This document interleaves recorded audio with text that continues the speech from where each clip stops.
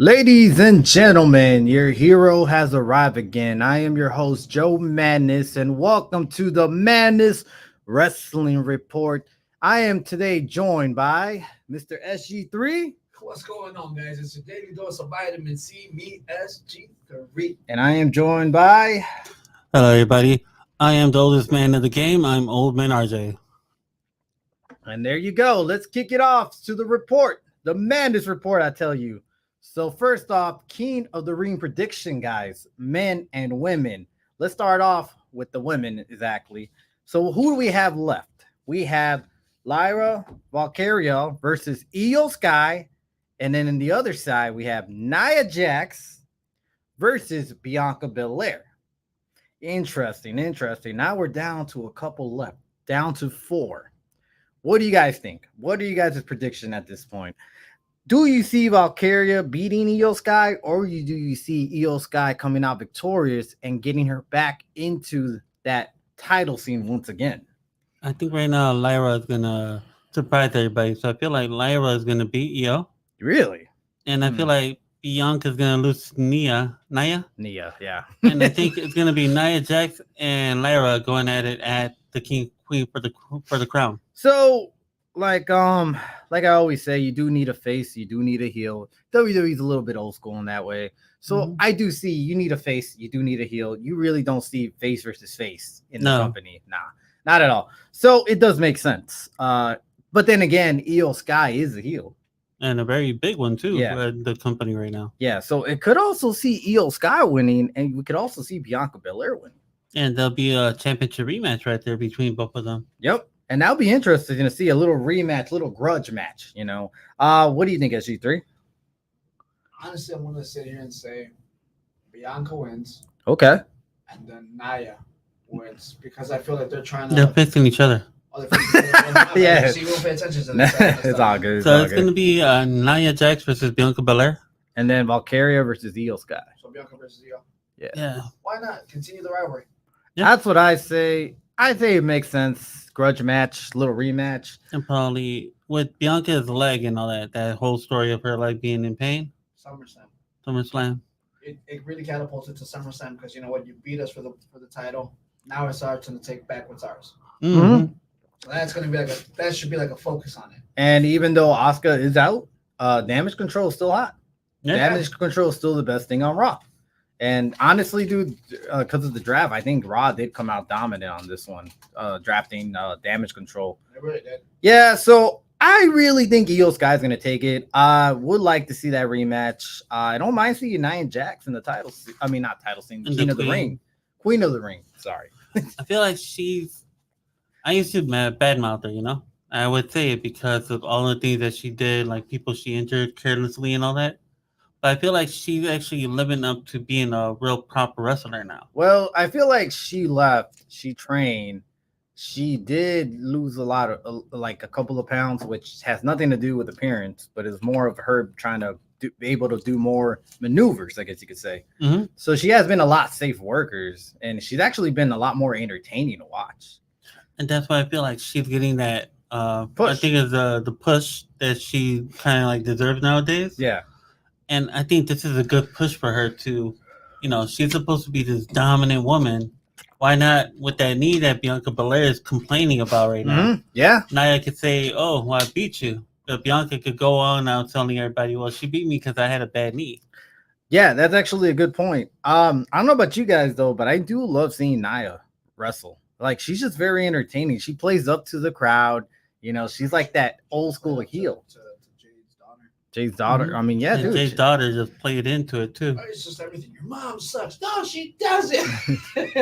I mean, I can tell you this, dude. Nia's been on fire, man. She is really a good heel. She's picked up on.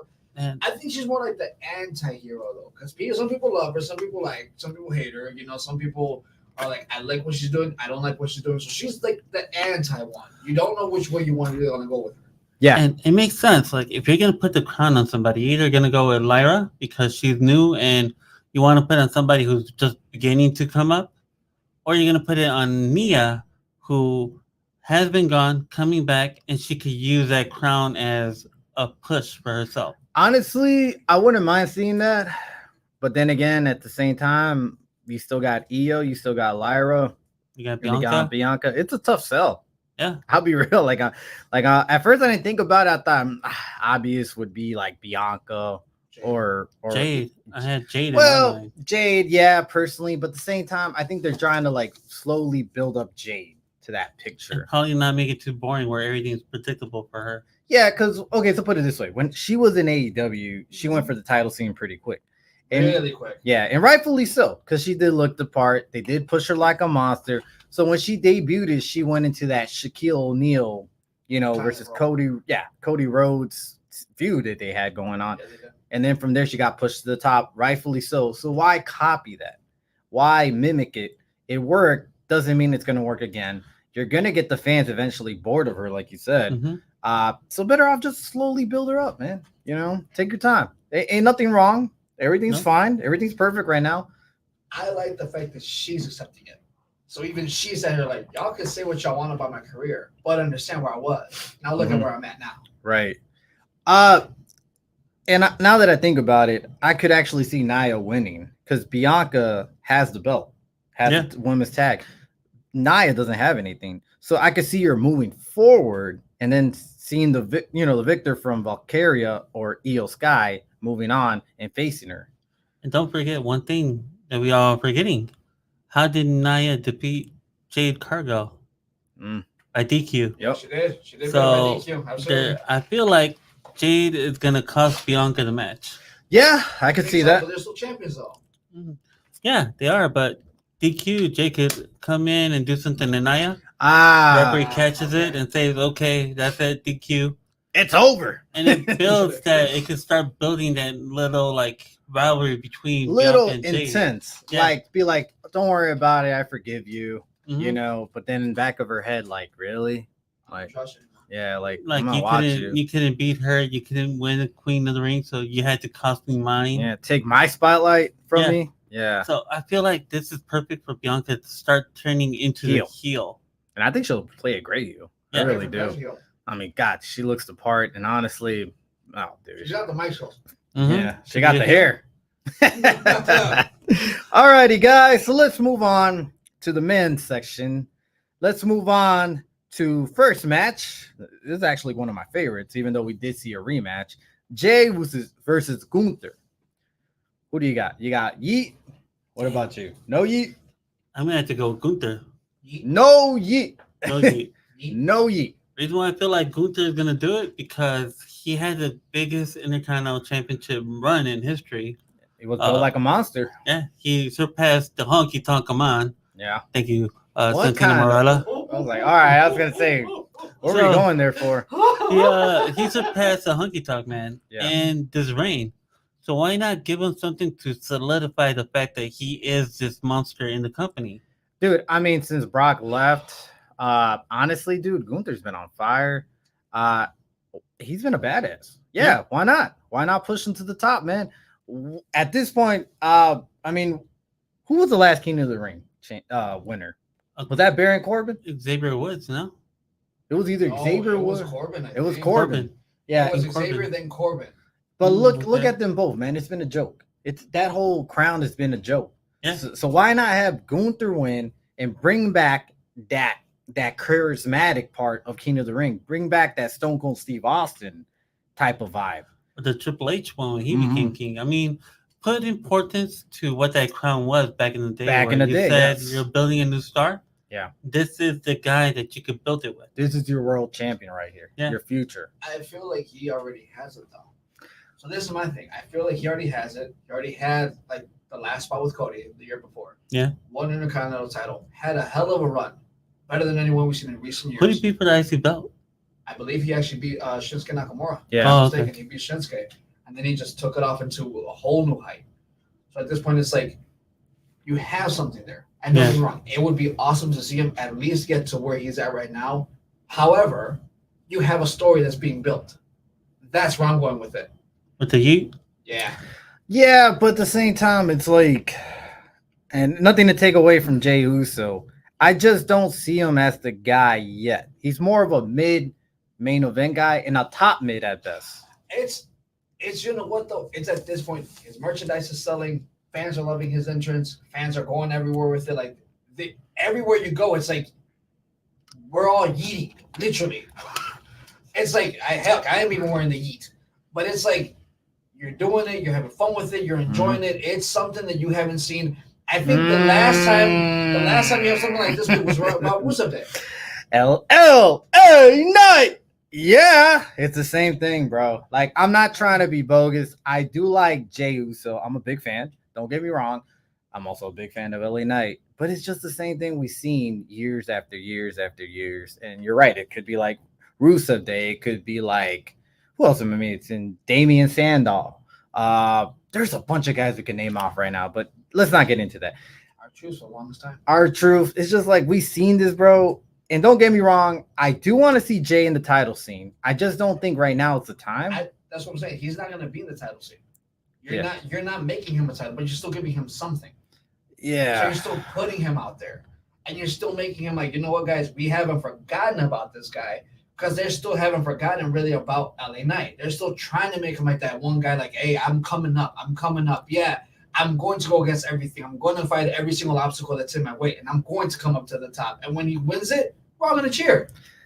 Yeah, but I just don't think it's his time, man. Like, you got Gunther still as a monster heel, and if he loses, that takes away that type of special aura. It depends how he loses, though. And how would okay? So put it this way: how would that be then? Let's put it. You go with a turnbuckle hit or something like that, or a chair shot or whatever, or someone comes out and takes out Gunther. It could be Ilja. It could be a start a rivalry, because they've been trying to like steam up that little boat for quite some time now. It had some wars in NXT. They had some wars overseas. And I could see that, but I don't know, man. I just don't see that. Dude, people were so excited that it could have happened in this tournament. They're like, dude, this is the moment you're looking for in semifinal. Okay. Ilja versus Gunther. The only issue I have is that he just recently lost to Sami Zayn. Give him 2 big losses back to back. You're losing steam. You're not giving him 2 losses back to back. So at this point, you already have him win. I haven't been keeping up with the tournament. Completely. I haven't. He beat Kofi. Before that, he beat Dragunov. Yeah. So again, he's beating people. He hasn't just all right, cool. So it hasn't been like a typical WWE run where it's like you lose one, another one, win 2, lose 1. It's been more like, all right, cool. You're still that monster. They still have to take you out to the top time. Okay, and I get that, but the thing is, you still lost your big title, which is the Intercontinental. Not just that. Here's one thing we're missing out on. What? Jay being king would take him off of a story that's happening for the bloodline, which I was going to go to right now. It's not, dude. I feel like it will, because you need to have Jay lose because of the fact that get screwed over, really. Because of the promo that what's his name said. Yeah. This group is only for winners. Yeah.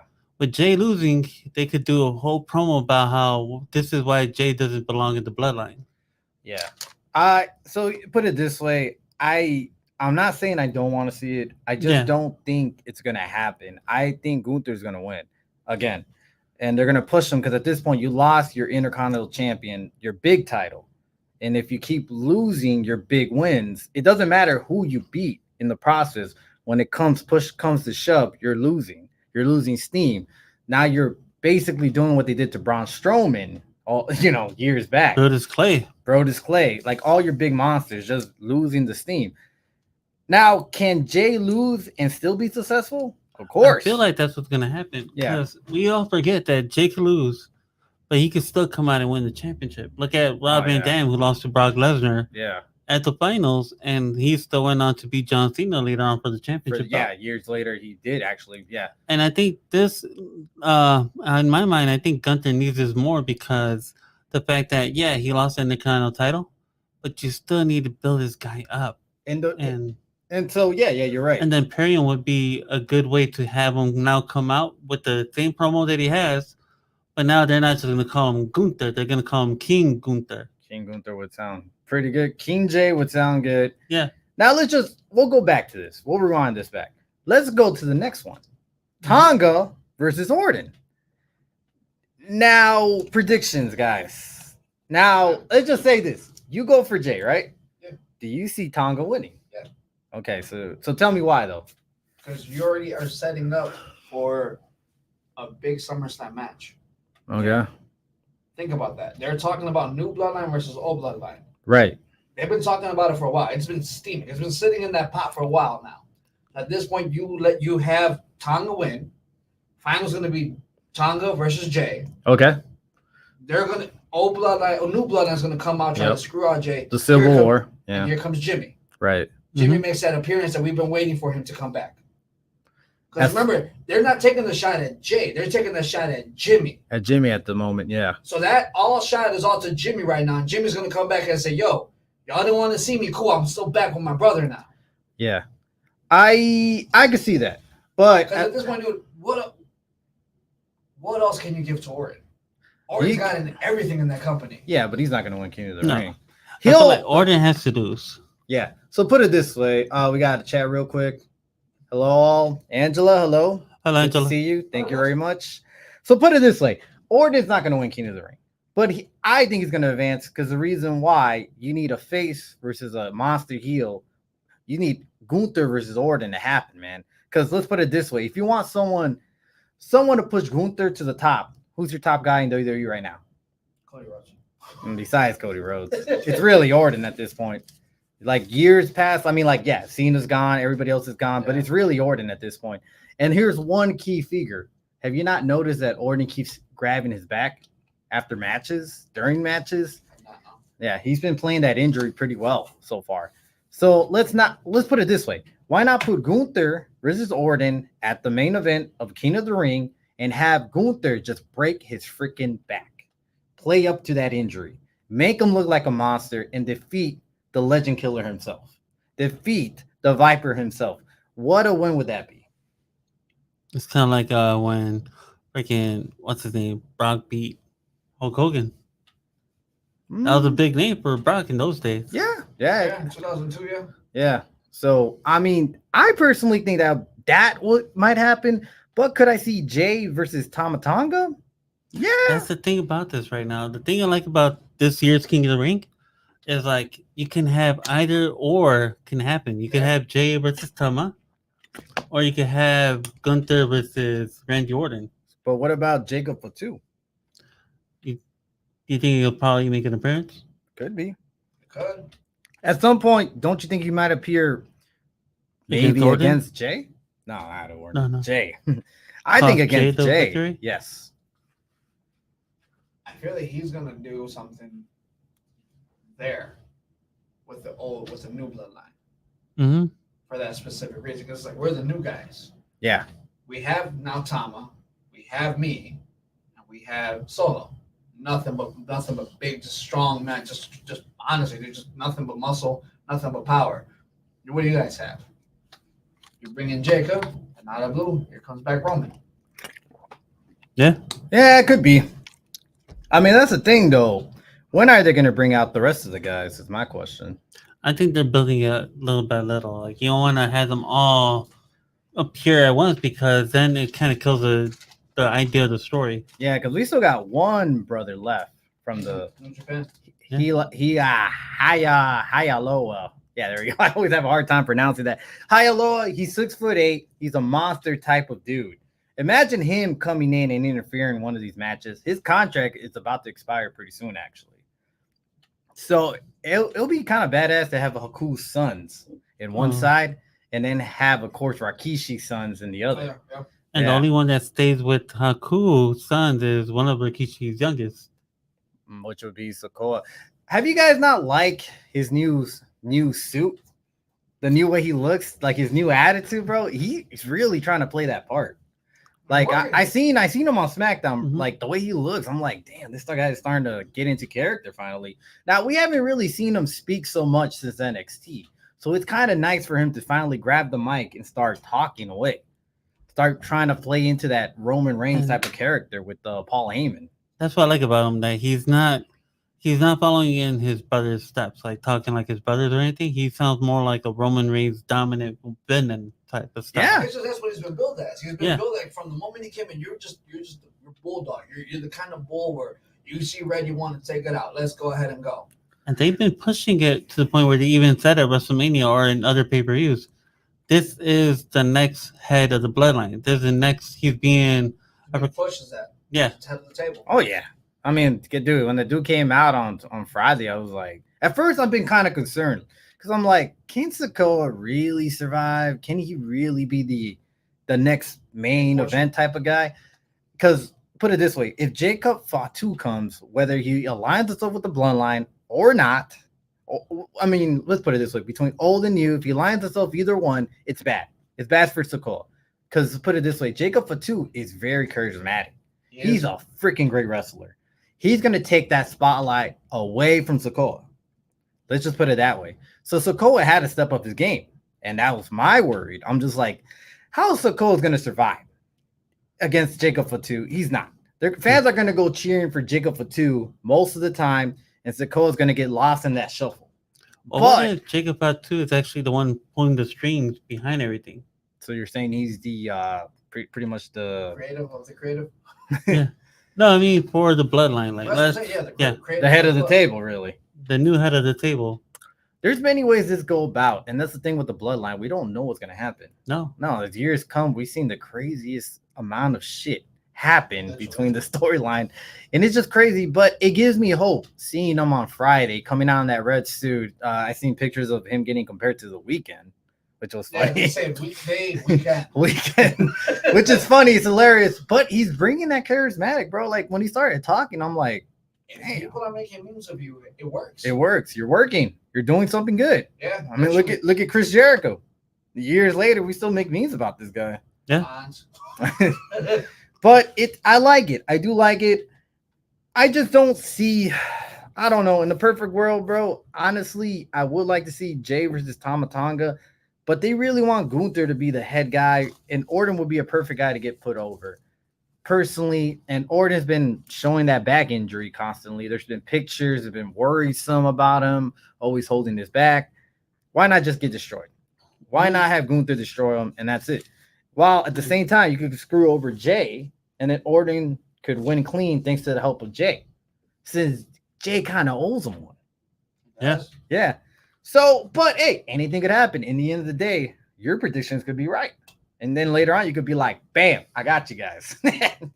Hey, in the end of the day, though, it's our opinions, it's our predictions. There's no right, there's no wrong. But until it's all said and done. Exactly. Until we finally get them results. Alrighty, let's move on to the next topic. We actually got too long into that topic. Yeah, man, 22 minutes. Hey, I mean, we got a lot to talk about tonight. USA adds an extension to the Raw deal. 25 mil to be exact. So put it this way, what that means is, they're about to expire actually in September. Yeah. So all they're doing is just adding them pretty much until January. Until Netflix takes over. Yep. So Netflix takes over live events with Raw premiering every Monday or Tuesday or Wednesday, whenever they want to choose. Because if you not noticed, they never said it was going to be Monday Night Raw. They just said Raw. True. Yeah. So that's another topic to talk about. USA is also bringing in SmackDown. Yep. So they're trading away, basically. So USA is getting rid of Raw, and they're bringing in SmackDown. That doesn't mean SmackDown has to be on Fridays either. No. It could be back on Thursdays, Tuesdays. It could be Monday. It could be Wednesdays. And there's that whole thing about probably USA and Netflix merging into a whole entire streaming service with other companies, I think, joining in. I don't know like about Peacock, that. Maybe that's something because I really have no idea. Yeah. But sticking around this though, it'll be interesting to see what's gonna happen to that date. Because in the end of the day, we're used to having Raw on Mondays. Let's just say they move into a different date.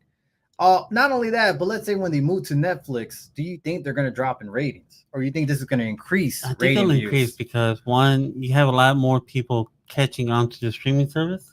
That is true. Raw could drop any day, like you said. But the thing is, now it's streaming. You could watch Raw any day.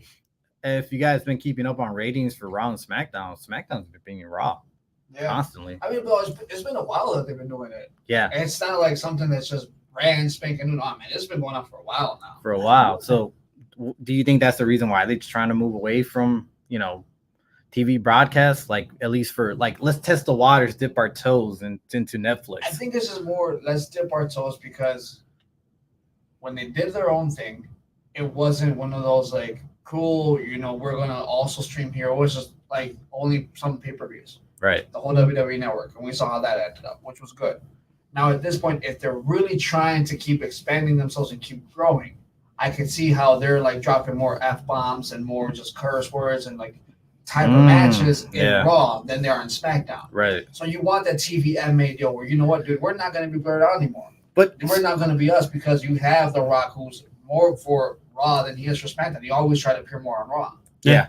Well, here's the thing that I'm kind of confused because I don't know if you've seen like, oh, the PG era is over now. TV 14 is back. But here's chill. Yeah, like here's the thing. You still have a toy deal to make with Mantel. Yeah. It's like, and they're required to have PG ratings. I mean, yeah, you see it right there. I mean, don't see that spot. Just see this spot. That's their product, all right? But regardless, you still have a toy deal, and obviously they want to keep it PG because Mattel's a family toy company. So it'd be a bad idea to start throwing a bunch of curse words out there. I think that's why it's like they're moving to that aspect of Netflix because it's like, look, y'all, we're doing this now, and they knew about it. Yeah. So it's like they knew what was coming, and you know what? If you guys want to keep that's why I think they're keeping SmackDown on TV along with NXT because like, look, you know what? We have this for like the older people who, again, like us, who grew up with it, who are used to the curse words, who are used to the blood and stuff like that. That's more for this. If you guys as adults want to watch this, then cool. Okay. But now for the kids, we're still going to keep you guys over here on SmackDown and NXT. So and what you're saying, why? Yeah. Family-wise, go to SmackDown. You want to see some older type of, adult content, attitude era type of stuff, ruthless aggression, come on Netflix. Because look at the lineup on who's on SmackDown, who's on Raw. SmackDown, you have Cody Rhodes. Okay. You have Jade Cargill, I believe, Bianca Belair. Mm-hmm. You have everything that was built in those 80s and 90s style, where like early 80s, early 90s, where everything's more family friendly. You had those type of wrestlers on that brand. Yeah. Bailey. Oh yeah. On Raw, you have Damage Control that can now play a better role with Dakota Kai, who I feel like her talking on the mic is about to get unleashed more. You not notice her match ended in a DQ, which they're trying to save her. Mm-hmm. Yeah, they're trying to protect her because they want to build her as the next top star. And pretty much she can be. I mean, she does have. Holy cow! Yeah. But then who else is on Raw? CM Punk. Imagine Drew McIntyre. Imagine Seth Rollins. Oh yeah. Now Seth Rollins you got a glimpse of it when Seth Rollins was flicking off CM Punk at Survivor Series. Oh, I was there for that, man. I was there for that event. Goodness. So I feel like that's what they're doing is they want to have Attitude Era on one side, 80s rock and roll style, family friendly on the other. Yep. And it helps. It'll make everybody happy in a way. And then you have your developmental area, which is NXT. Yeah, that's why they're on CW. Yeah, which is more like they'll probably experiment in either side, because NXT has always been that way. Little family friendly, but at the same time, like hardcore type of scenes, your AEW type of scenes, your niche audience. So it's a good mix of formula if they go that way. Now, we're not WWE, so we don't know their ideas. No. But we can speculate. And as fans, that's what we do best. Let's speculate away. And let's just hope for the best. Because honestly, I like that idea. I really do. I'm gonna hold my fingers crossed, guys. I don't know about you, but let's just hope for the best in the near future. It would be funny though if when they bring Raw to Netflix, and they still have commercial breaks. No, they are. That'd be great. Yes. No, they are actually. That's actually been known that they are going to still have commercial breaks. Yes. It is part of the live TV, which they would have the commercial breaks. I would personally like to see The Rock start off Monday Night Raw on Netflix. Just give one curse word. Just go ahead, just drop it. Yeah, just open it up. The final boss is effing here. Oh, right, we're good now. Yeah, let it be known that we mean business on Netflix. Well, one question though. What does that do to the pay-per-views? Is that going to Netflix now, or is that sticking with Peacock? Nobody knows, really. Yeah. No. No.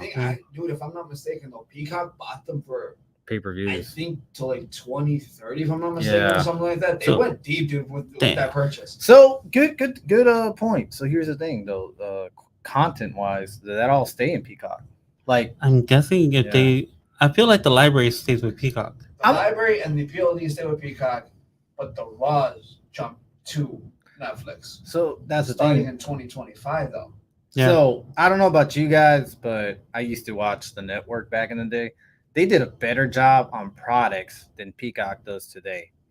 Peacock is horrible. Man. I still love the network because they had that Legends House on it. Oh, dude, that he was had the cartoon. Yeah, the cartoon.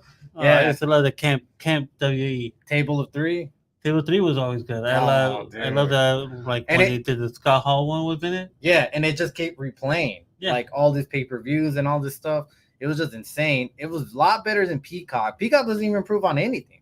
If anything, they censored more of the product. But I feel like all that is again based on Vince McMahon having to pay out of pocket to all these people he owes. So I feel like he lost because how are you gonna lose a big brand that you're charging people $9.99 a month, and how many people were subscribing to it, and at the end say, oh well, we're selling it now to Peacock where you only had to pay $5.99. I think they raised it up. They did now? Yeah. I wouldn't know. I think they're starting to raise it up to like $8. I forget about that. Yeah.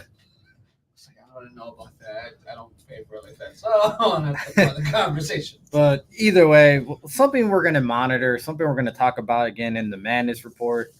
Otherwise, let's move into the next topic.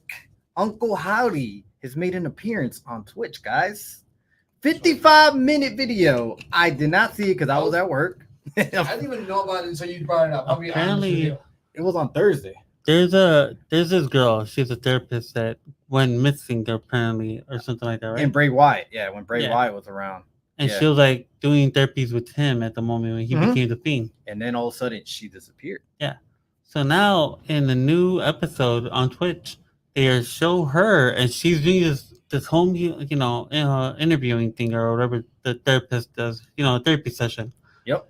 And all you hear is scribbles, like hard scribbles from the person who she's talking to. He doesn't reply to her. All you hear is scribble. Yeah, scribbling like crazy. So now people are wondering, okay, that has to be Uncle Howdy that she's talking to. Mm-hmm.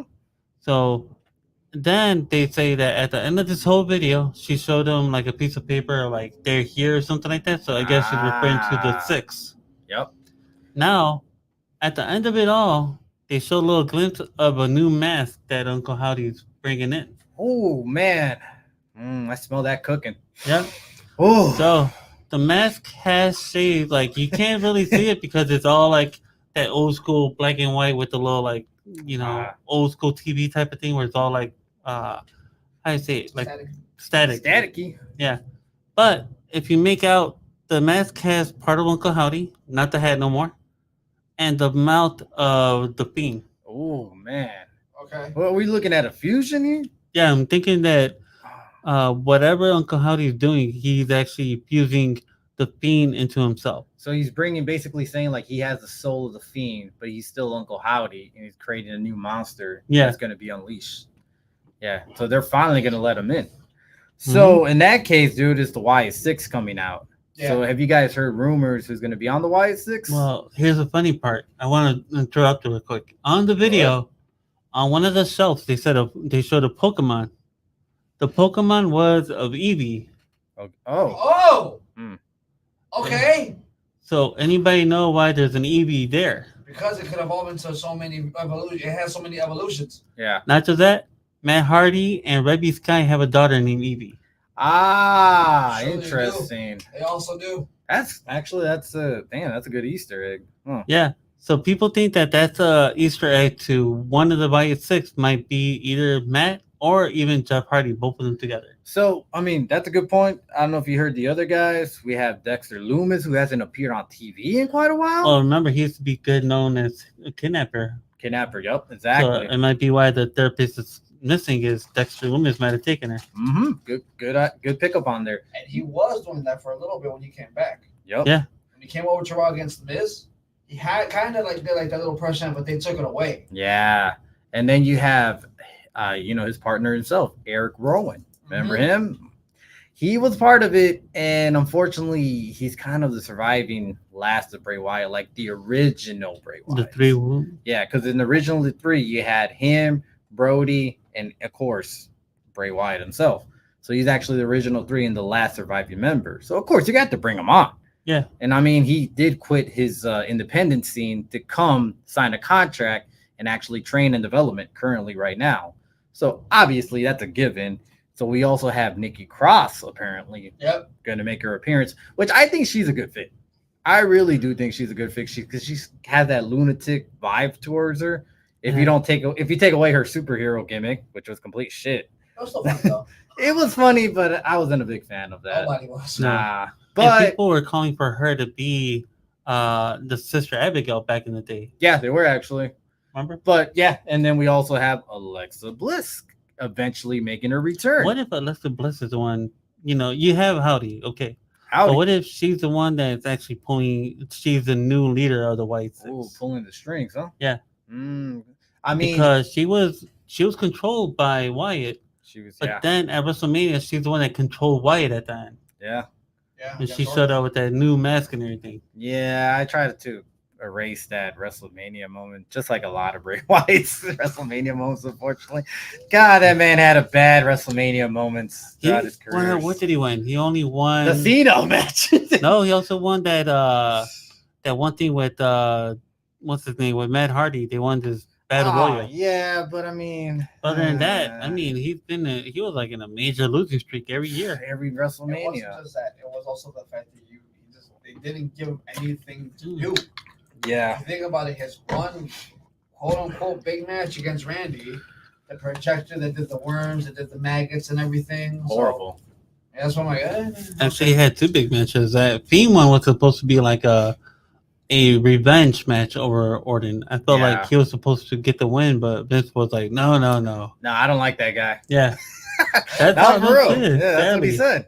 I don't like that guy. No, Orton. Protect my boy. Yeah. We also got one guy that's also rumor, NXT's own Joe Gacy. I don't know if you follow him, but people call him the next Bray Wyatt. He's also been the leader of the Skimmers. I can't pronounce that. But he's also the leader of that at some point. You got Joe, you have Eric Rowan, Dexter Lumis, Nikki Cross, and Alexa Bliss. And Matt Hardy. That's the Wyatt Six, and then Bo Dallas. Yep. Yeah. Because he's like the leader of the ring. Yeah. I mean, that's a crazy group at that point, man, dude. Like that, they all fit perfectly in there. There we go. Honestly, when they're gonna debut, I don't know, man. I thought they were gonna debut last pay-per-view, but we didn't see that. I think because they're still developing everything. You wanna this whole thing that they're doing, the Wyatt messages and all that, like the cryptic messages. I think they wanna keep making building it up. Yeah. To the point where you finally do it. But sadly, what I'm afraid is, okay, the minute it debuts, are you gonna have a Shockmaster moment again? When you go through the wall, Bo Dallas. Oh, what happened, guys? Listen, this is my fear. Yeah. No, not to anybody. I swear I'm not trying to be petty with the comment, but I hope they don't come out at King of the Ring. All right, why not? That's a very lackluster crowd.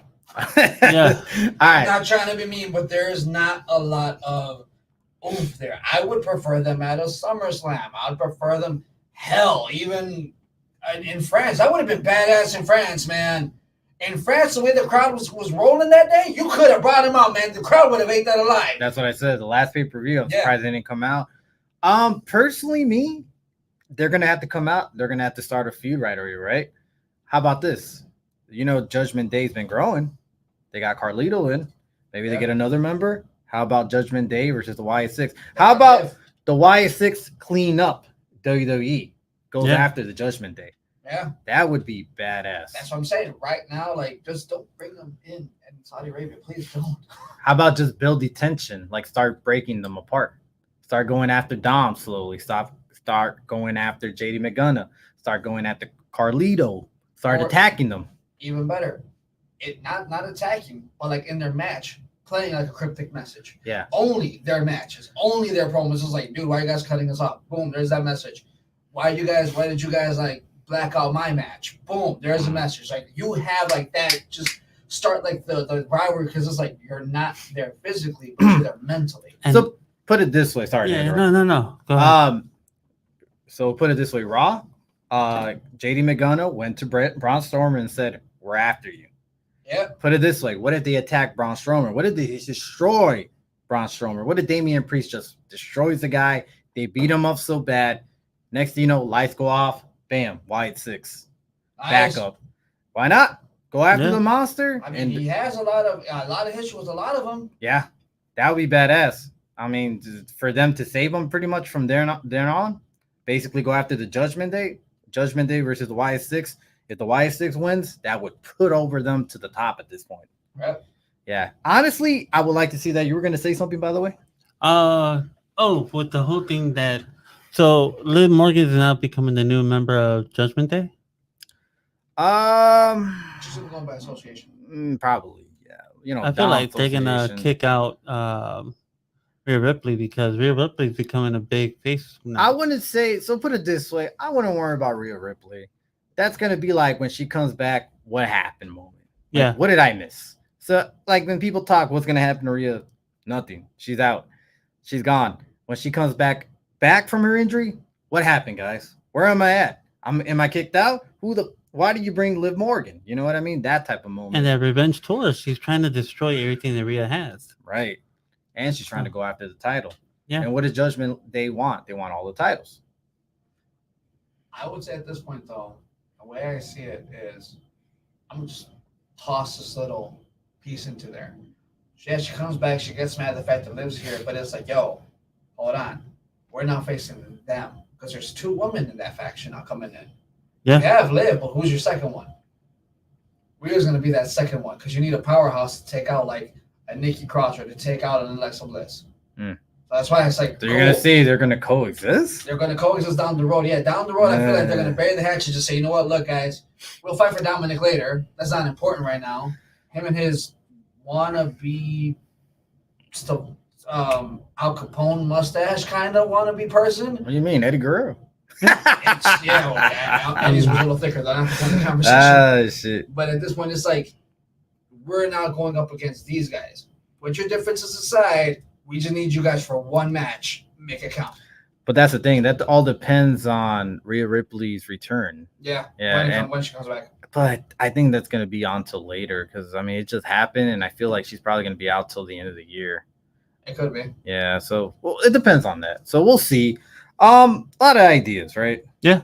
Anything else for you guys want to add to this before I move on? No, unless if it doesn't happen at SummerSlam, I think they'll do it at Undertaker's and Sting's debut at WWE, which was Survivor Series.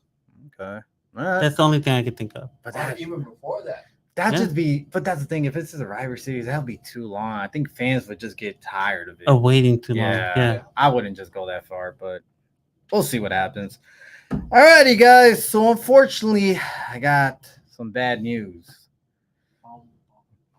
So many injuries has been happening the last couple of days, unfortunately, to a lot of wrestlers. Literally, man, just days.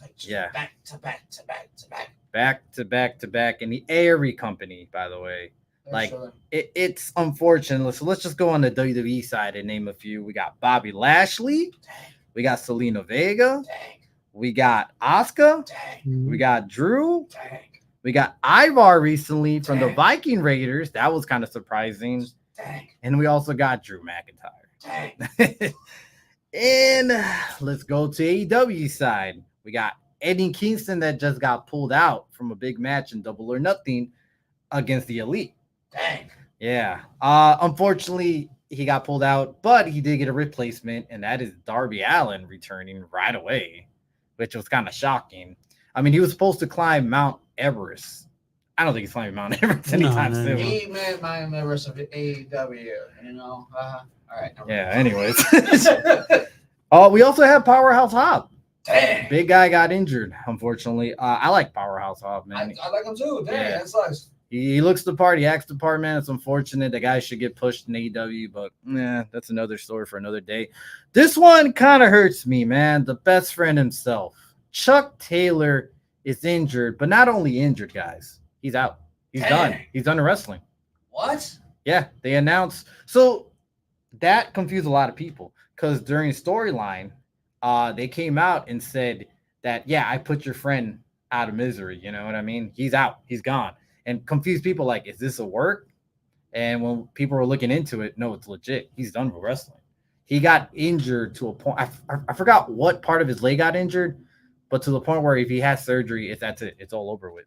He may not have a career ever again.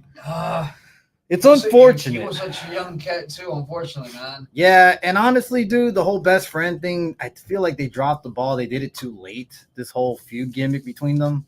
If they would have done it a year prior, they could have had some good matches between the three of them. Yeah.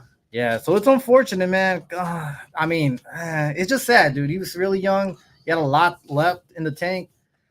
You never want to hear this kind of stuff, man. You really don't. It's like with Big E or with anybody, man. It doesn't matter, man. It's like you have a lot left in the tank, and it's unfortunate. People are like, who's Chuck Taylor? Who's that? Come on, man. We know who he is. We know as fans. It doesn't matter who he is. It's unfortunate. It should not happen to any wrestler, but it does. It really does. On top of that, there's still a couple of guys from AEW that are in the, waiting to return type of, from injuries. Like in the reserves? Yeah, we got Britt Baker that hasn't been seen in a year. Yep. We also have her partner, Jamie Hayter. The women's champion has been gone too for a year. And we also got the man himself, MJF, out of action. And he's been pretty banged up pretty bad. So we're not going to probably see him for maybe if we're lucky at Forbidden Door. Maybe. Yeah, maybe. But that's the thing. Let's talk about this, guys. I'm gonna say this. Modern wrestling today is very acrobatic. Yeah. It's very more aggressive. It's very more high flying. It's very more landing in all type of positions. Landing on your feet, landing on your back, sometimes landing on your head. It's all part of the work. The issue is, I feel like this is definitely wearing down your body a lot more. It is. Yeah, because you didn't see this back in the day because they had a stricter style of wrestling, that old school wrestling, and you had basically some chops, some punches, some suplex. That's about it. And did wrestlers get injured? Of course they did. Shit happens. But nowadays you have more of aggressive style, and we're starting to see that these wrestlers are starting to break down a lot quicker. Injuries happen, right? But careers are lost. So what do you guys think, man? Like, is there any type of solution to all this? Do you think we should tone it down on both sides of the party? But then again, at the same time, the wrestlers, they should be given their own style if that's what they want. But they have to know the fact that eventually they're going to break something, man. Eventually, you're going to hurt yourself. Eventually, it's going to be game over. Well, that's the thing about wrestling nowadays is that we're down to the point where there's not that many people with different styles anymore. Everybody wants to do that high impact move to just catch a flash. And, here's a picture of me doing a backflip somersault and landing outside the ring. To get that cheap crowd pop. Yeah. But one, you're taking away from the fans the fact that, you're not trying to display a circus show. Oh, yeah. You're supposed to display a show that people can remember. Yeah. A match, a story. Two, with you doing all these things, you're taking too much on your body. You're not retiring at 50 or 60. No, you're going to end up retiring at 20, 30, probably even close to 40. Most of you. And that comes from the oldest man in the game. Yeah. He's seen it all. And I've seen it all. I've seen a lot of things that have happened. A lot of people who have been injured by careless moves. There's a guy who got injured, paralyzed because of a bad pile driver. Yeah. Another one whose neck got messed up because he tossed him and the guy landed on his neck badly. Yeah. And he's out for a long. Remember what happened to Draws? Yeah. Yeah. It's unfortunate. Look at Draws, look at Big E. Oh, yeah. So the problem. Big E just recently said in the post, talking about his girl, but he was like, my neck may be broken because it still is broken. I'm hard as full. Chuck Taylor right now. Chuck Taylor, Daniel Bryan, Edge. Stone Cold Steve Austin. Yeah, look at Stone Cold, like barely. And Stone Cold had to change his whole wrestling style because of that injury. To adapt. Daniel that. Bryan changed his wrestling style to adapt. Yeah. To Same adapt, thing with yeah. Edge. All of them. Yeah. all So of them. the thing is, Yeah. right now you have to start thinking, what do you want to do more? Do you want to have a long, successful career that people remember you for, or do you want to be the guy that people are going to remember saying, well, he ended up being paralyzed? Let me add something real quick. Chris Jericho told Will Ospreay, "You got to tone it down." When he was younger, saying all these moves, all these crazy moves is nice and all, but you got to know when to give it and when to not. Because if you're gonna keep doing this, you may not last at 30. That was Chris Jericho back to a young Will Ospreay, and that was very smart. Yeah. Because honestly, his style of wrestling is crazy, but it's also not long lasting as well. So there's also another example. AJ Styles has changed his style of wrestling recently. He's toned it down more in the acrobat and just started doing more of that old school type of style of wrestling, but yet still give a high flying maneuver here and there. I think that the way you should go about it is save that stuff for pay per views, your moment, your big moment, make it count. But in the other shows, just tone it down a little bit. It doesn't mean you could not do your big pop moves, but you don't want to get that cheap pop every single night, every single match. Because they're going to bore them. Yeah, that, and it's at some point, it's not rememberable. No, we're just going to remember, oh, nice. 5 seconds later, what happened? I forgot about that move because we have so many wrestlers doing it. At that It's point, like that super kick. Everyone's doing it now. super kicks, spears. This is getting ridiculous, man. It's a trend that we've seen for years, and we're going to see the downfall of it, and I think we're starting to see it. Yeah, we're starting to see it. You want to add something to this? Honestly, the only thing I can just sit here and say is again, as always, don't try going for the cheap pop. I have noticed a lot of wrestlers, especially like in the older ones, like the late 30s, early 40s, late 20s even, they're changing that style. Yeah. Finn Balor, one of them, definitely has changed his style since his shoulder injury. Seth Rollins as well, from all the people he's put on the shelf. He's like, look, man, I gotta tone it down myself. If I was to go another one, he never really did, but I can tell you he's actually toned it down. Randy Orton. Yeah. Randy Orton, from all the injuries he's received, he's like, look, I've changed it. I caught when he caught Hayes with the RKO. It wasn't as high as it normally is. He's now waiting for them to go like about the level of the table and then catches them really quickly. So it's like, okay, cool, you're not doing as much damage on your back. Yeah. The Miz, you know what? The Miz is great at wrestling. Regardless of what you say about him, regardless how you feel about him, I want you to name me how many times he's been injured. I want you to tell me how many people he's injured himself. That's one thing. So but the one thing that makes safest guys on the market right now. I think the thing that makes Miz incredible is one, he always wanted to be a wrestler. He saw it when he was in the world and all that stuff. But the thing is, he doesn't have to do so many high impact moves because the Miz is a hell of a talker. Not only that, but he plays up to the crowd. Because notice in his wrestling, he just plays with the crowd a lot. And that's what a lot of wrestlers should do, is have that style of playing up to the crowd. Like, you hate me? Do you? You love me now? You love me now? Like that type of stuff, Like do the moves like The Rock did. The Miz does. Who else? MJF does. MJF is a perfect example. He doesn't have to do too much high flying stuff in AEW, yet he's very over. Yeah. Very over. One of the top guys. And look at him. He is perfect for WWE style. He's still perfect for AEW style. Jade Cargill, perfect example. Does the strong type of maneuvers and somehow is very over to this day. And it works because they play up to the crowd. That is the one thing that a lot of wrestlers are missing these days. Heck, I'll even tell you someone who actually toned it down. The Jey Uso. He used to always try to go for like that big pop move, always trying to drive over the top rope and everything. Doesn't do it anymore. Because he plays up to the crowd.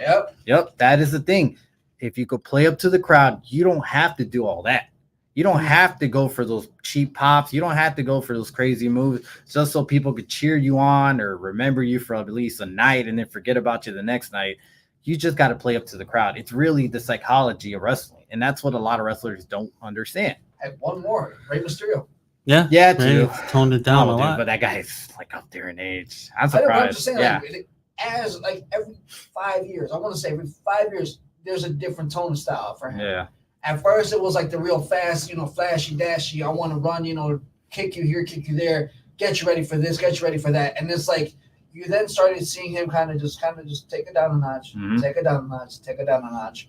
And it's like right now, like even then, that's why I feel like he's wrestled for so long. Because it's like, cool, I know when my body's hit that peak, it's like, all right, cool, let me bring it down a notch. Yeah. Let me bring it down another notch. The other thing about Ray is that if you ever look at Ray's wrestling pay-per-views, shows and all that, you ever realize he doesn't do that many, like, he does have a standard moveset that he does. Right. But once in a while, you catch that flashy move that you haven't seen yet. Yeah. He still has it. Yeah. He does that like once in a blue moon thing because that's when people are going to be like, oh, damn, did you see what Ray did? At a pay-per-view, though. At a pay-per-view. Exactly. Same. Keep it to the pay-per-views. So the big ones, like Same with Shawn Michaels. Shawn was trained Lucha Libre style. And Shawn Michaels did all these big moves, but he didn't do them at Monday through Monday. Yeah. Big pay-per-view shows is when you saw him do the ladder jump. You saw him do this. You saw him do that. When it counts. When it's gonna be something where people paid to sit there and watch you, and all around the world are watching you now. Exactly. And that's a perfect example of how you should wrestle in general. Yeah. Like at some point, put it this way: when you're young, you have the ability to wrestle this type of way. But as you start getting older, learn the rest of the psychology of wrestling. Learn when to do it, when to not. Learn how to play up to the crowd. And this stuff is going to get you more successful as you get older. Get smarter. Don't work harder. I mean, in a way, you do work harder, but don't work your body harder. Just get smarter at other things. Yep. And it's going to help you. It's going to benefit you in many ways. And that goes for any wrestler out there, even old age at this point. Yep. Yeah, because there's still some guys that go crazy, like Jeff Hardy does, going on. Still trying to push himself when he shouldn't push himself at all. Yeah, like that guy needs to know. Whisper in the wind? No. Nah, no more, man. And Jeff Hardy could play a good heel. He's done it in TNA, but I mean, Jeff Hardy's another story for another day. One interesting thing is that people have noticed, though, that Ricky Stark has not been on TV. And so when he's asked, like, hey, where you at, man? He goes like, well, guys, I don't know what to tell you, but I don't know why they're not using me, man. AEW doesn't want to use me right now. Stark, Miro. Oh, yeah, Miro's one of them. Stark, Miro. Let's get another list. Because doesn't AEW have like 200 some odd active wrestlers on the roster? Right. But I'm going to put it this way, though. Ricky Stark is more of a homegrown AEW type of wrestler. And he's very charismatic, man. Because when he got into the scene, man, right away people noticed him. And yeah, they did compare him to, he's just a 99-cent version of The Rock. Which, yeah, you could say it's an insult, but at least people are noticing you. And he does have that charismatic. He's also friends with Cody Rhodes, by the way. Best friends. He was spotted at WrestleMania. Yeah, he was. Wasn't it 39 or something like that? No, it was this year. Oh, 40, okay. Yeah, it was this year. So that is the one thing. He's charismatic. He has the look. He has the wrestling style. He had a hell of a feud with Daniel Bryan. Who was he training with from WWE recently? The people are like, oh, this is confirmed now the fact that Ricky Stark is coming to WWE. Who? Jade, wasn't it? He was training with somebody that they took a picture and you saw like the WWE wrestler and Ricky Stark, and everyone was just going crazy. Ricky Stark is going to WWE because of this. I don't know, but I know he has a couple of friends in WWE. But that's the thing, though. That kind of opens the door of maybe this guy's going to make the jump pretty soon if they're not using him. And don't forget what the FTC just said. There is no more 90-day rule. Nope. The U.S. government came in and said once you are released every contract, any wrestler can go to any promotion going forward. And that makes it so crazy because now you never know. You're going to have probably the Rick Rude effect again where Rick Rude was on Raw and then he was on Nitro at the same time. Yeah. That would be crazy. Honestly, dude, I would love to see Ricky Stark in WWE because let's put it this way. Cody on SmackDown is nice and all, but there's not that many feuds out there. Ricky Stark plays a great heel. I would love to see Ricky Stark goes up against his best friend, Cody Rhodes, on SmackDown. Those promos back and forth are going to be insane because Ricky Stark is one hell of a promo cutter. Him against MJF on the mic was a classic. If you don't know, Go find out yourself, dude. They went back and forth, and Ricky Stark hold up his own against MJF. And we all know how MJF is on the mic. MJF is good on the mic. Yeah, but Ricky Stark showed him, like, I got skills too, brother. And I can hold my own. And he does. Imagine him on SmackDown. WWE, that's a great pickup, man. If you're looking at it, WWE right now, I mean, you're looking at it, Triple H, pick him up, man. What are you waiting for? Absolutely. Yeah, send him an offer. The good thing is that they're doing it now, if he does move, because back in the other days, he didn't let him. They didn't get to talk. They had the script. You had to follow the script. If Nash actually said it in an interview when he was talking on his podcast, and he said, you know, what happened if you didn't follow the script? He said you actually got fined like 10,000 or something like that. I like believe that. A good amount of money for not following. Nash is like, okay, fine me. I'm still gonna do what I gotta do out there. Yeah. And that's the bad part. One thing I always hate is that when you have a script, you ruin the other guy who could talk. You're taking away him just to make the other guy look good. My mind is, if you could talk and the other guy can't, then show that you can. Yeah, that's true. If you, Ric Flair always said, to beat a man, you got to beat the man. Well, this time they're helping the man beat the man. Okay, good example. Very good example. Yeah. Alrighty, guys. So that being said, on to the next report, and that is AEW views is dropping again and again, and now it's at an all-time low, which would be about 672,000 views. Alrighty, guys. Dang, that's low. That is low. All right, so man, dude, that's like 5% down from last week. Look, man, I'm a fan of AEW. I really am. I really want this company to succeed. I really want them to be number 2 for WWE. When they first started off, it was awesome. It was great, dude. Honestly, in during the year they started off, we needed them. Yes. That year of WWE was fucking awful. It was. It was horrible. 2018, 2019, bad year for WWE. What memorable things happened that year? Maybe like Kofi Mania? Yeah. That was 19. 19? Holy cow. Yeah, that was horrible. I mean, not Kofi Even Mania itself, but around bad. it was bad. Yeah, it was a horrible year. And they came around and they turned around wrestling in general. They caused that boom. Honestly, when people say wrestling is cool, they don't give AEW credit because they helped it reach back to that popularity. They really did. So I know everybody likes to bash Tony Khan, and rightfully so. There's some shit that he does say that even I'm like, I can't defend this guy, man. And I'm not gonna go into a Tony Khan bashing. That's a whole episode. Yeah, that's a whole episode in itself. But I do like the guy. I do think he did great for wrestling. I do think the product is still good. I love AEW. I love the wrestling. I think AEW produces some of the best matches week by week. I really do. They have some of the best wrestlers right now in the world in their roster. I mean, we could name a couple of guys and you're going to be like, holy shit, they got all these guys. The issue becomes, though, is I want to say it's a lot of things. One is storyline. They have no consistent storyline going on week by week. No. We had the Elite versus Kenny Omega's team, right? Like the little feud, the Elite versus Kenny Omega's feud. We thought this feud was going to go a little bit longer, but all of a sudden it's going to end at Double or Nothing. It just started and now it's going to end. And that's the thing, man. It's like the problem with Tony Khan, he doesn't know how to let a story marinate. Yep, doesn't know how to let it slowly cook. He just like, all right, cool, this right. I feel like he's one of those people that just puts like their food in the microwave for like a minute, and the outside is hot, but everything else is like, it's still dang good, man. I still hate it. It's like, bro, you were like literally eating ice. It's still good. Okay, man. Hey, if you say so. And that's just thing, like his philosophy, maybe there is really pouring out in his wrestling show. I think because he lost the one person, the X Factor that made those shows back in the day. And that's the guy who currently holds the WWE Championship in WWE. Cody Rhodes. It could be that. Because Cody Rhodes had his dad's ideal of booking. Right. Look at when Cody was part of AEW and look at the matches. Look at the stories. It was a little bit better, yeah. You had that empty football field match. Which was really good. Yeah. You don't have that no more. I haven't seen that in a long time. Actually, they're bringing that up. Double or Nothing. Yeah, it's They- about yeah. time. But But look, no, go ahead. Go ahead. no. Yeah. So look at the fact that when you take things away from people that people loved, it starts killing your brand. Look at TNA when they got rid of the 6-sided ring. Mm-hmm.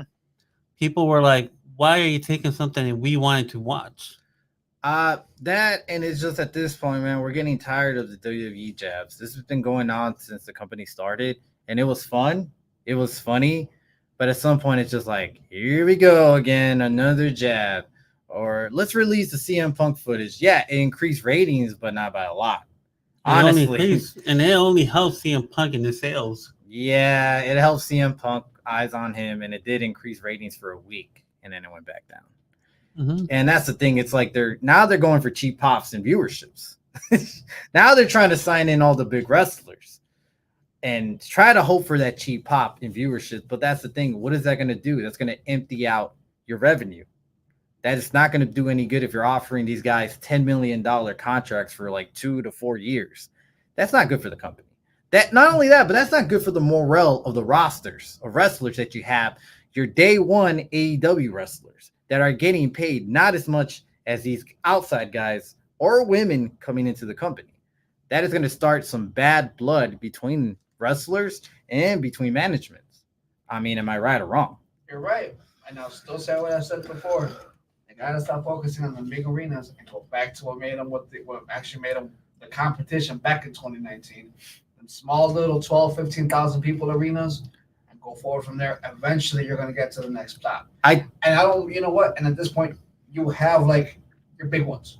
Double or Nothing, you're All Out, All In, all that stuff.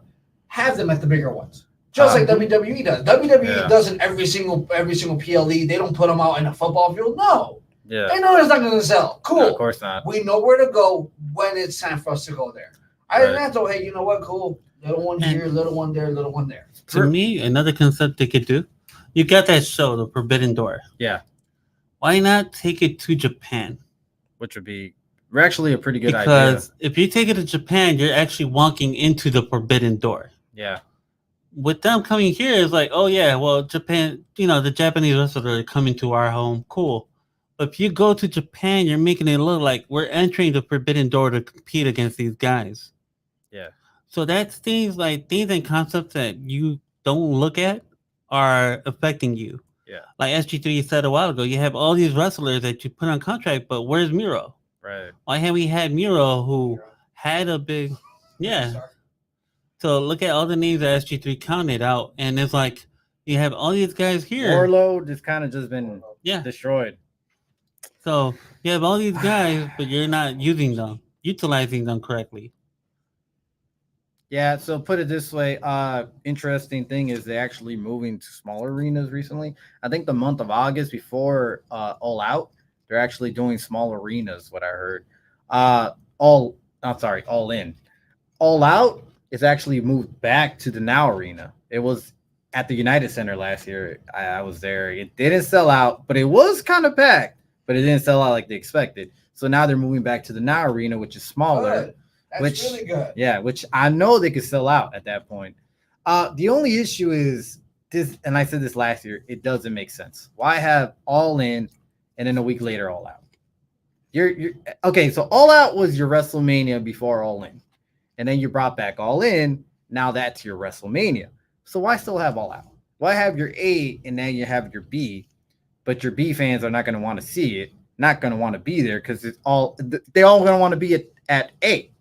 At All In. At that point, we'd rather see that pay-per-view than pay for this pay-per-view alone. So what you're saying, they should probably put them far away from each other. Far away or delete one? Yeah. Like Matt Hardy says, delete. If you're gonna have top four like WWE does, even WCW had 4 and TNA had 4 back in the day. WCW had Sold Out. Yeah. World War III. Okay. Bash at the Beach, I think was, or either Great American Bash, one of the two was their main one. And then they had Starrcade. Right. You had those 4. TNA had Bound for Glory. Yep. That Wrestling Slammiversary. Slammiversary. Yeah. That King of the Mountain one that they do. You said Bound for Glory. There's one that's coming to Chicago. Lockdown. Actually. Yeah, Lockdown was a big one for them. Lockdown was one. I forgot the fourth one, but TNA has 4. Against also. All Odds. Against All Odds. That's the one next month, by the way. So you have to focus on creating your top 4 and keeping them separate from each other. Right. And having these small pay-per-views to build up to your top 4. Yeah. So that's what I think though is you don't firstly too many free pay-per-views for AEW. It was cool when the concept first started. Mm-hmm. But it's like you have a pay-per-view, a pay-per-view, a pay-per-view, a pieper-view, a pay-per-view. Because some of them are on TV. Like you have some Wednesdays and one on Dynamite. It's more like the old classic WCW style of wrestling they did back then. You know how they created house shows. Same thing with WWE did, like in your house. It's like in your house, and that was again like the one was like again like they're doing right now with the house shows. Right. It was a random just put these two together. We'll continue storyline, see how it still works, see what happens. But again, with no storyline, with nothing there, it's just you're just literally fishing for nothing. You're fishing for a hope, a maybe, a prayer, and saying, "We got it this time." So let me just put a little bit of a defense for AEW. April 20th, NBA playoff did start, as well as NHL hockey as well. By then, you started seeing consistently the viewership drop. That could also play a part to it. And I mean, we do see it was Raw every single year when Monday Night Football does come back. Yeah. So this could be an issue because you don't know sometimes when they're going to do it because they have to constantly move. So it's like, cool. Yeah. We were on Wednesday, now you got to be Tuesday, now you got to be Thursday. So it's like we have to see, or you're going to be from TNT to True TV. So that can happen. All right, so that can also play a factor. Yeah, because I seen it and people seen that it is steady. It started steadily decreasing. So that could play a factor. I mean, obviously, man, when it comes to playoff time, we're going to watch it. You know what I mean? But as fans, I'm going to watch wrestling still. But as NBA fans or Solon fans, you're going to watch NBA. You're going to watch NHL. I know right now they're starting to have their little, get heated, right? Yeah. I don't watch NHL. I really don't. So, or baseball. I do watch football. But otherwise, that does hurt the ratings. It does. It could play a factor. And let's merge this together with their TV deal coming up. So you guys heard that Warner Brothers are going to resign them, but nobody knows yet for how much, how long, or if they're even going to do it. They're still in that type of negotiation. Now, I personally don't know nothing about NBA. Maybe you do. So how is Warner Brothers looking right now with the NBA rights? No, that's a no-go, right? Woo, man. Okay, so put it this way. If they can't get that NBA right, at this point, does this look good for AEW? Yeah. Okay, because at that point, there's more as in Warner Bros. Shit, we lost it. We lost our big sports. Now we need our fallout one. What is that? Wrestling. Yep. Yeah. Let's put all our money into wrestling at this point. Let's offer Tony Khan and his company a shitload of money so they could push out more products out there so we could promote the hell out of it. Actually, now, Warner Bros. With AEW having such a low score on ratings, that ball is going to be on Warner Bros. Court saying, hey, you know what? Either get your ratings up or we're going to actually pay you this much now. So, interesting fact. I get that it looks low, but it's still pretty high when it comes to Wednesday nights TV. Yeah. I think they're still in third or fourth place. Oh, so that's still pretty good for Warner Bros. That's the thing, though. When it comes to cable, everything's been shrinking. And that's also because everything is going to streaming, even sports. Yeah. Yeah, you see it with the NFL. You're seeing it with the NBA as well. You see it with the other sports as well. That's why the NBA accepted NBC's offer because it goes back to basic cable. Yeah. Yeah. Yes. Because they know, dude, if the industry really is shrinking as it is, best believe if they were to stay on TNT even 5 more years, regardless of how good their product is, we're not really gonna buy it anymore. Nah, not at all. They don't want to pay that extra money to get NBA. Really, I mean, honestly, dude, cable's dying. It really is, and these streaming servers are taking over. This is why WWE wanted to move to Netflix to test the waters, and then eventually, if it does well, guess what? SmackDown may go there. So it's NXT. SmackDown maybe will go to Peacock. I think NXT will go to Peacock. I think both of them will go to Peacock. Could be. Or it could go somewhere else. We still got Hulu. We still got the other big Disney Plus. Disney Plus. Why not? Mickey Mouse will be special guest referee. Nah, special guest There you commentator. They make the Mickey Mouse movie now, you know. But I mean, in that case, though, man, when it comes to TV deals, if that's the case, dude, that looks good for Tony Khan. It does look good for AEW. It does look good as fans. Just they got to keep it rolling, man. If they're gonna get something big, give us something big, man. Give us better storylines at this point. Give us consistent wrestlers out there, man. You know what I think has to happen. I think Tony Khan's got to take the pen and finally give it to somebody else. Mm-hmm. Plain and simple. But that's the thing. You think he's gonna want to? It doesn't matter if you want to. If you want to stay in business, you have to. Plain and simple. It's not that. I don't think it's just Tony Khan. I think it's gonna be Daddy Khan to say, hey, you know what? This is my money. I put in it. So I think Tony Khan's dad is going to actually put the pen on someone else's hand. I think it's also backstage politics. I also think the Young Bucks have a saying in all this because look what happened with CM Punk. Yeah, come on, man. You can't say the Young Bucks didn't have a say into that. And look what happened afterwards. Yeah. The problem is you have people who think they know what they're doing, but honestly, not that many have ever been bookers before. You got a couple of legends in there. If you're not noticed, you have a couple of old school legends. Ric Flair, Sting. Well, you got Dustin Rhodes. Yeah. The guy comes from the Rhodes family. I'm sure he knows a couple of things here and there. You have one of the greatest bookers in your area known as Jim Ross. And Anderson. JR, you said? Yeah, JR used to actually... JR was a talent scout, and he used to, I think, book the matches at WWE back in the day. And you're not utilizing him to the best of your abilities. I mean, like, I get he's up there in age, but God, man, I'm sure the guy would love to have that role. He's still as sharp. He's still as sharp as a tag, man. Dude, you guys ever hear his podcast? I mean, that guy's just on point every single time when he talks.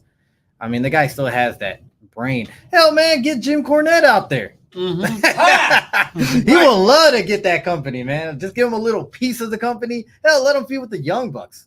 Dude, here's the thing. I guarantee you, Jim Cornette would love to feud with the Young Bucks. He would. He'll do it. Tiffy Time champion. Okay. We'll talk about that in a bit. Oh, yeah. Actually, let's just move into that, man. Tiffy Time, man. You guys heard about that video that she released? People are fucking sensitive, man. I'm sorry for the way I said it, but honestly, people are fucking sensitive. That's all it is, man. When they laughed at it, people laughed at it. People are like, look, some of the people are like, look, man, it's just a random video, random song, that's it. Don't stop her push. Plain and simple. Okay, so put it this way. I don't want her push to be stopped. Come on, man. But she had to know in this day and age, bro. You can't just put that shit out there, right? Like on the South Society, of course not. Yeah, it's like, but that's the thing though, man. Like, yeah, we may think that way.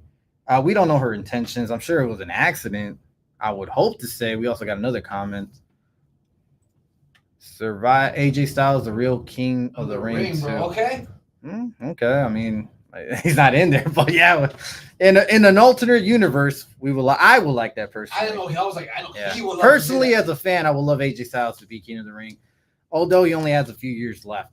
I really do want to see him get another title. I really want to see him get the U.S. title. Or even Intercontinental. Why not? One last run. One last run is Intercontinental. I would love to see that. He should. Or the tag team.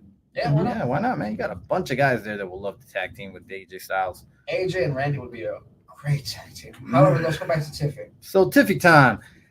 Thank God it's not over. It doesn't look like it, although she lost to Bianca. Do you think that had something to do with the whole video? Or do you think Bianca was going to go over the whole time? Bianca was going to go over. I think that too. Again, him and I were having a conversation in the green room, and I told him, look, dude, WWE already has a lot of winners. I feel like Zach the Max Boy, LA Knight's going to win the Money in the Bank. Tiffy's going to win women. You think so? Yeah. All right, so we're going off predictions. I can see that. I do still think they're going to push her. There is no backlash. WWE did not respond to anything. I mean, backstage, there's no heat.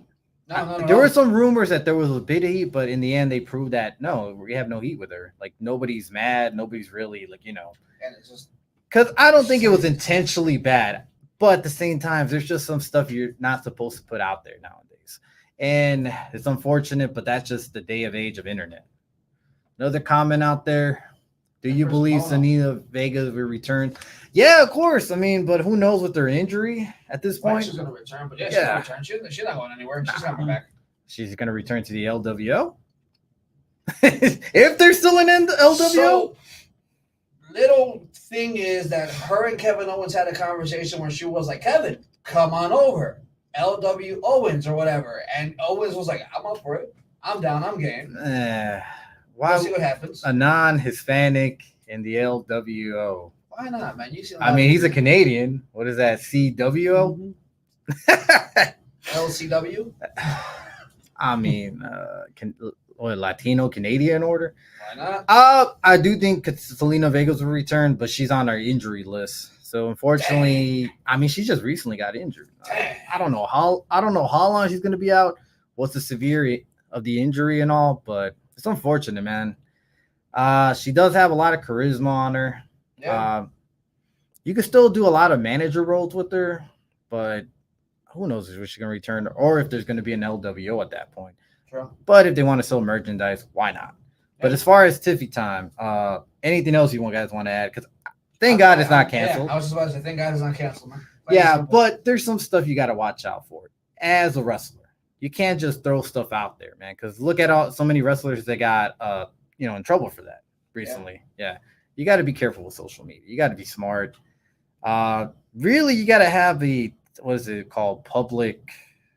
You got to have somebody who's going to approve your posts and basically public figure. Public figure, that's what I'm looking for. Like someone to approve it. Hey, maybe reread it, Drew McIntyre defeated Punk. It's loser. He deserved this guy, the psychopath. They say that CM Punk is running from Drew McIntyre. What do you guys think, man? You've seen the feud. What do you guys think? You think Drew McIntyre is right? You think CM Punk is running away? Every time CM Punk goes from one side, Drew follows, he runs over there. He goes over here. He can't find him. He doesn't want any piece of Drew McIntyre. What do you guys think? Now, man. For now. And it's just like, you know what? It protects both of them. Mm-hmm. You're having some great promos. You're having some great microphone work. You're having some great just moments. Dude, if anyone's going to go against CM Punk, dude, Drew McIntyre is the guy, dude. His promos are just insane. His promos kind of break the fourth wall, which is nice. Social media, non-social media, out at the arenas or not at the arenas, it's going great. Whatever is trending, Drew puts it on the mic. Yep. You notice it? Yeah. Yeah. Anything that's trending for that week, he puts it on the mic. He makes it work, and he makes it sound natural. I actually like how some of these wrestlers are actually commenting on social media posts about themselves. Yep. Yeah. Honestly, dude, I think Drew going heel and letting him do his own thing has been really the gift of 2024. Mm-hmm. Yeah, it's the best thing, dude. Like by the end of the year, we're gonna say Drew McIntyre is really the wrestler of the year. Yeah, I see it. Yeah, I do hope he gets his title back. I do hope so too. Yeah, because honestly, he will. I think they took it away from him just to give Damian Priest the rights. Yeah, I feel like Drew's bound to win it again. Okay. I see it. One more thing. Jerry the King Lawler is out of WWE, right? Well, contract-wise, commentary. But he still has a legend deal. Recently, Dutch Mantel has said that's probably due to health issues that he has. I believe it. Yeah, I guess he suffered a stroke in 2023. Yeah, back in the day before that, too, he suffered a stroke. Yeah, but don't forget the heart attack in 2012. Yeah, well, this 2023 one, I didn't know. No, me neither. Yeah, so apparently he suffered a stroke and then had to have surgery. I just feel at this point with Jerry not knowing to do commentary anymore, it's best. For your health, for your family, for you to just sit home and just say, you know what, man, I could just come in when I want to, get my hero pop, my icon pop, go back home, and I'm okay. Yeah, he's up there in age, dude. Him and JR. Yeah. Like, as much as I love JR, him and Jerry the King Lawler are past their prime. And they have a lot of health issues because JR also was in that issues. Recently had a bunch of health issues. So, unfortunately, their time is up. But Jerry the King Lawler still has a Legends contract. I'm sure he's going to pop up time to time again. Video games. He's going to get all that type of rights. Yep. For those like A&E shows and stuff like that. He might have his own podcast. I don't know. Like all these wrestlers, all these commentators. They're retired? Yeah, they all have their own podcasts, man. I can't follow all of them. I didn't even know Dutch Mantel had a podcast. The only one that follows so far is I know you follow Kevin Nash. Kevin Nash. I hate that. Well, reason why I follow Kevin Nash, and it's because me and Kevin Nash have something in common. You guys suck. No, his That's what both you of his meant. parents died when he was young. Yeah. So when his dad and mom died, I lost my mom, and he was like in one of the episodes. I'm listening to him, and he starts talking about how he lost his mom, and he lost his mom at the world title reign that he had. He had to do a pay-per-view. Yeah, I remember hearing something about that years ago. And they asked him, okay, your mom just passed. What do you want to do? He's like, I had to put the show on. He's like, I got to go out. I got to put on a show. Yep. He's like, it's the only thing I could do right now. He also lost his son. He just lost his son because of alcoholism, where his son gave up drinking cold turkey. But it's still like it did an effect on him. Well, yeah, you can't just go cold turkey. That's what they tell you. No. Never to do that. So, and then he lost his best friend in Skull Hall. Yeah. So, I mean, this guy's mind is not where you believe it should be because, honestly, he's... Yeah. Yeah. And so I've always respected his opinion because I feel like when he talks about certain things, he does make sense. And sometimes no. Like, I know there's hate, but there's always going to be hate about it. No, dude, Listen to Jim Cornette. Yeah, but he bashes. Look, put it this way. Jim Cornette gives you an actual wrestling logic reason why AEW, why he doesn't like AEW in his product. Kevin Nash, no, it sucks. That's it. Like, And literally, it's that's funny it. that he would say that because when he was first starting, he used to actually say that him and Austin would catch the shows and comment about how good it is. I like this guy, but he needs to do this. Or I like that guy, but he needs to do that. But recently, it's just been bad, dude.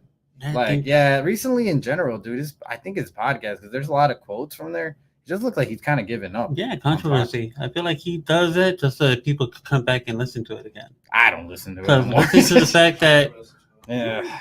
that's what I'm saying. Like, I believe he does it just to get people's attention.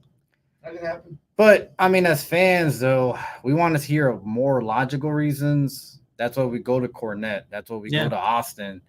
That's not a good way to go about it, man. Because we're kind of just like, cool, like this guy sounds bitter now. And I know he does that to WWE too. I'm not gonna say he doesn't, but it's like it's not a great way to do about it anymore. I feel like he's kind of losing it when it comes down to mic skills. And he's a good talker. I'm not gonna say I never say he doesn't. He may not have been the best wrestler. That I never really enjoyed his style. But when it comes to the mic skills, when it comes to him cutting a promo, he's one of the best. I'll tell him that. One of the best that WCW had to offer at the time. The other guy that I listened to is Mick Foley. Oh yeah, he's a good podcaster too. Yeah. Exactly. Definitely, yeah. Yeah. So, anyways, guys, let's just wish Jerry the King Lawler the best. Hopefully he gets out. Wish anybody else as well the best out there, man. Especially all these injured wrestlers, man. Let's just hope they get through it and all. Either way, man, this has been the Madness Wrestling Report. Thank you guys for joining. Thanks you guys at home. Thank you for the comments, watching, liking. Please like, subscribe, tune in whenever we're on. We're also do live pay-per-views. Remember that. Either way, if you guys have nothing else to say. For King of the Ring and Queen of the Ring. Oh yeah, that's pretty soon, by the way. Yeah, you better show up. Is that early in the morning or?